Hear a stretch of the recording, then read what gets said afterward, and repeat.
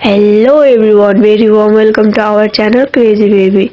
अगर आप सब ने पिछले वीडियोस को नहीं देखा है तो उन्हें देख लीजिएगा और चैनल पे नहीं हो तो सब्सक्राइब कीजिएगा। तो कहानी शुरू करते हैं। जैसे कि हमने पिछले पार्ट में देखा था, लैंजन और वुइंग रेस्टोरेंट में चले गए हैं। तो आगे कहानी शुरू करते हैं। वो दोनों जैसे ही रेस्टोरेंट पर पहुंच जाते हैं तब वुइंग उन सारे डिशेज को ऑर्डर करता है जो लैंजन को बहुत ज़्यादा पसंद होता है और वो अपने मन में सोचने लगता है 5 साल पहले ये सारी डिशेज इससे बहुत ज़्यादा पसंद है। शुक्र है मेरा युवान खाने में लैंजन की तरह बिल्कुल नहीं है, वरना वो भी बहुत ज़्यादा बोरिंग और मूडी हो जाते खाने में। कोई ये सारी बातें अपने मन में सोच रहा होता है, तभी लैंजन भी अपने मन में सोचता है क्या कोइंसिडेंस है, इससे भी वो सारी डिशेज पसंद है जो मुझे पसंद है। और वो वुइंग को बोल ही देता है क्या कोइंसिडेंस है, तुम्हें भी वही डिशेज पसंद है जो मुझे पसंद है। तब वुइंग घबराते हुए बोलता है क्या ये बहुत अजीब है।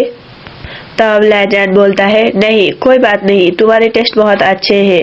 तब वो अपने मन में सोचने लगता है क्या ये इसने जानबूझकर ऑर्डर किया है या फिर ये बस कोइंसिडेंस है। वो ऐसा बोलकर खाने लगता है। तभी वुइंग बात को बदलते हुए बोलता है हमें मेरी इस्तीफा के बारे में बातें करना चाहिए।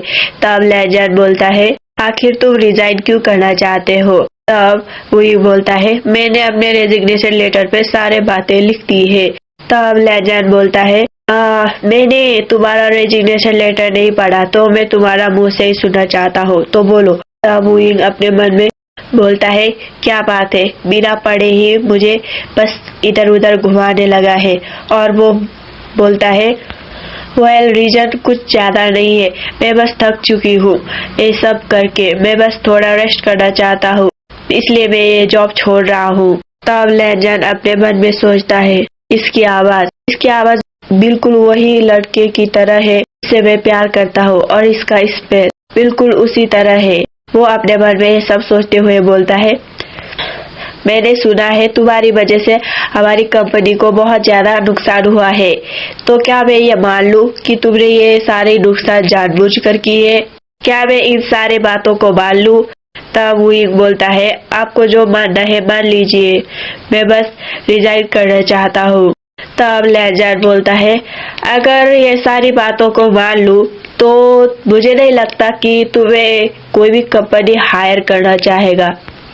ये बात सुनकर वुइंग बहुत ज्यादा चौंक जाता है और अपने मन में सोचता है लैंजन वो बिल्कुल सही कह रहा है। अगर मैं इन सारी बातों को मान लूं कि मैंने बहुत ज्यादा डॉलर्स की नुकसान की है जानबूझकर, तो मुझे कोई कंपनी हायर नहीं करेगा, मुझे कोई जॉब नहीं देगा। वो अपने मन में ये सारी बातें सोचने लगता है अगर मैंने ये जॉब छोड़ दिया तो मैं अपनी फैमिली को सपोर्ट नहीं कर पाऊंगा, तो मुझे लगता है कि ये जॉब मुझे नहीं छोड़ना चाहिए। ये सारी बातें सोच ही रहा होता है, तभी उसकी मोबाइल पर कॉल आता है उसके फादर की। वो जैसे ही कॉल रिसीव करता है तो उसका फादर बोलता है वुइंग जल्दी हॉस्पिटल पर आ जाओ, तुम्हारी माँ को हार्ट अटैक आया है, हम उसे हॉस्पिटल लेकर आए हैं, तो तुम जल्दी आ जाओ। तब वुइंग उठकर लैंजन को बोलता है मुझे अब जाना होगा, मेरी माँ हॉस्पिटल पर है। वो ऐसा बोलकर जाने लगता है। तभी लैंजन उसे रोकते हुए बोलता है रुको, मैं ड्राइव करता हूँ, तुम मुझे हॉस्पिटल का रास्ता बताओ, मुझे नहीं पता यहाँ का रास्ता, तो तुम रास्ता बताओ, मैं तुम्हें वहाँ तक पहुँचा दूंगा। कुछ देर बाद वो दोनों हॉस्पिटल पर पहुंच जाते हैं। वुइंग जैसे ही हॉस्पिटल पर पहुंचता है उसकी माँ इमरजेंसी रूम से बाहर लेकर आ रहा होता है। तब वुइंग जल्दी से डॉक्टर को पूछता है डॉक्टर क्या हुआ है। तब डॉक्टर बोलता है हार्ट अटैक आया था, हमने उन्हें सर्जरी करके ठीक कर दिया है, तो खतरे की कोई बात नहीं, लेकिन उन्हें यहीं पर कुछ दिन रहना होगा। तभी वहाँ पर नर्स आकर बोलती है आप में से कौन बिल पे करने वाले हैं। जब वुइंग काउंटर पर जाकर बोलता है कितना है, तब रिसेप्शनिस्ट बोलती है 20,000। तब वुइंग अपने पर्स को देखता है, तब उसके पास इतना ज्यादा पैसा नहीं होता है। तब वो सोचने लगता है ये लोग तो इनिशियल डिपॉजिट के ही इतना ज़्यादा मांग कर रहे हैं। तभी उस वक्त वहाँ पर लैनजान आकर अपने डेबिट कार्ड रिसेप्शनिस्ट को देते हुए बोलता है, मैं तुम्हारा हेल्प करने के लिए तैयार हूँ। तभी वुयिंग चौंकते हुए अपने मन में सोचता है, ये अभी तक नहीं गया है। तब वुयिंग बोलता है, हाँ मैं आपका पैसा आपको लौटा दूंगा। तब लैनजान उसको बोलता है, मैं तुम्हारी सैलरी में से इसको काट लूंगा। 7 दिन बाद मैं तुमको अपने ऑफिस पर देखना चाहता हूँ। वो ऐसा बोलकर जाने लगता है। तब वुयिंग बोलता है, आखिर तुम मेरे इतने ज़्यादा मदद क्यों कर रहे हो? तब लैनजान बोलता है, प्रेसिडेंट गाओ ने तुम्हारे बारे में बताया था, तुम्हारे बारे में बहुत ज़्यादा तारीफ किया था। मैं बस इसलिए तुम्हारा मदद कर रहा हूँ क्योंकि मैं तुमको अपने काम पर रखना चाहता हूँ। तब वुयिंग उदास होते हुए अपने मन में सोचता है, मुझे लगा था उसने मुझे पहचान लिया, शायद इसीलिए उसने मुझे इतना सारा मदद किया, लेकिन वो तो अभी तक मुझे जानता ही नहीं। तब वो ये सब अपने मन में सोच रहा होता है और लैनजान आगे जाकर पीछे मुड़ते हुए बोलता है, और एक और बात, अगर मैं किसी ओमेगा को अपने पास रखना चाहूँ तो वो जितना ही चाहे, लेकिन वो मुझसे नहीं बच सकता। वो ऐसा बोलकर आगे चला जाता है। ये बात सुनकर बहुत ज़्यादा चौंक जाता है।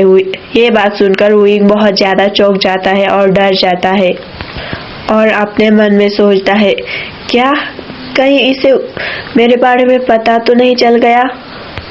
वो ये सब सोच रहा होता है। ग्लोरिया, आप सब जानते हो कि ग्लोरिया को उसका डिवोर्स का मामला चल रहा होता है। उसका हस्बैंड के साथ उसका डिवोर्स हो रहा होता है। तो वो ज़्यादा बहुत ही ज़्यादा टेंस होकर बहुत ही ज़्यादा ड्रिंक करता है और ग्लोरिया उसे कॉल करके बुलाता है वेटिंग बार पर। जबकि लैनजान भी वहीं पर होता है। वो वहाँ पर बैठकर पी रहा होता है। तभी वहाँ पर वुयिंग आ जाता है। हालांकि उसे पता नहीं होता कि लैनजान भी इसी बार पर है, लेकिन वो ग्लोरिया को ढूंढने लगता है और किसी को पूछता है, मुझे कुछ देर पहले ग्लोरिया ने कॉल किया था, वो अब मुझे मिल नहीं रहा है, क्या तुमने देखा है? तभी वुयिंग ग्लोरिया को देखता है। ग्लोरिया किसी लड़के के साथ फ्लर्ट कर रहा था। क्योंकि वो बहुत ही ज़्यादा टल्ली हो चुका होता है, तो वो उस लड़के को बोलता है, क्या तुम मेरे साथ बैठकर पीना चाहते हो? तभी वुयिंग वहाँ पर आकर बोलता है, माफ़ करना, ये बहुत ज़्यादा ड्रंक हो गया है, तो इसको माफ़ कर देना। वो ऐसा बोलकर ग्लोरिया को लेकर जाने लगता है, लेकिन ग्लोरिया उससे खींचते हुए बोलता है, ओ वुयिंग, क्या तुम्हें पता है मैं फिर से सिंगल हो गया, लेकिन इस बार का ओनर बहुत ही ज़्यादा हैंडसम है और उसका नाम वेनिंग है। और वो ऐसा बोलता है। हमें पता चलता है कि वेनिंग को वुयिंग और ग्लोरिया दोनों ही जानते हैं। तभी ग्लोरिया डेविड को आवाज़ लगाते हुए बोलता है, वेनिंग यहाँ पर आओ, तुम मुझे ड्रिंक करने में कंपनी दो। तभी वहाँ पर वेनिंग आकर वुयिंग को बोलता है, तुम्हारे साथ फिर से मिलकर अच्छा लगा, तुम कैसे हो? तब वुयिंग बोलता है, हाँ मैं अच्छा हूँ, तुम्हारे बार में आए हुए बहुत महीना हो गया। तब वो तीनों बैठकर बातें करने लगते हैं। तभी ग्लोरिया फिर से एक बोतल उठाकर पीने लगती है और बोलती है, टिमोथी, उसने मुझे डिवोर्स के बदले एक घर और कार ऑफर की, लेकिन मैंने उसे रिजेक्ट कर दिया क्योंकि मैंने उसे बोला, मैं तुम्हारे पालतू नहीं हूँ, मैं तुम्हारे ऑफर को रिजेक्ट कर रहा हूँ, मैं गरीब ही रह लूंगी, लेकिन मैं तुम्हारे इन टुकड़ों पर नहीं पलने वाली हूँ। मैंने उसे ये बात कह दी। तभी वुयिंग अपने मन में सोचता है, ये लड़की कितना बेवकूफ़ है, इसे घर और कार ले लेना चाहिए था, बिना पैसों के ये दुनिया में कैसे सरवाइव कर सकती है। तभी ग्लोरिया बोलती है, लेकिन तुम तो मुझसे भी ज़्यादा बेवकूफ़ हो, तुम अभी तक वहीं पर अटके हुए हो, तुम आगे भी नहीं बढ़ना चाहते। तुमने किसी अनजान पर्सन से डेट किया और तुम हमें भी नहीं बताना चाहते हो, और तुम्हारा उस अनजान पर्सन से एक बेबी भी है, और ना ही तुम उस पर्सन को बताना चाहते हो कि उसका एक बेबी है। ये बात सुनकर वुइंग भी एक बोतल उठाकर पीने लगता है और अपने मन में सोचता है, हालांकि लैनजन अभी इसी शहर पर है, हालांकि उसका एक बेटी भी है, लेकिन वो नहीं पहचान पाएगा। हालांकि वो अभी हमारे कंपनी का बॉस है, लेकिन वो बहुत ज़्यादा अमीर है और मैं बहुत ज़्यादा गरीब हूँ। उसमें और मुझ में जमीन आसमान की फर्क है। वो अपने मन में ये सब सोच रहा होता है और वुइंग अपने 5 साल पहले की बात याद करता है, जब लैनजन की आंखें ठीक नहीं हुई थी। तब उसने पूछा था, अगर मैं एक दिन गायब हो गया तो तुम क्या करोगे? तब लैनजन ने बोला था, मैं तुम्हें हमेशा ढूंढता रहूँगा, मैं तुम्हारी हमेशा से ही तलाश करूँगा। तब वुइंग ने बोला था, अगर मैं कभी नहीं मिला तो तुम क्या करोगे? तब लैनजन ने बोला था कि मैं हमेशा से तुम्हें प्यार करूँगा, मैं तुम्हें कभी नहीं भूलूंगा, मैं हमेशा तुमसे ही प्यार करता रहूँगा। उसने ये सब बोला होता है। वुइंग ये सारी बातें याद कर रहा होता है। ग्लोरिया ज़्यादा पीने की वजह से वहीं पर सो जाती है।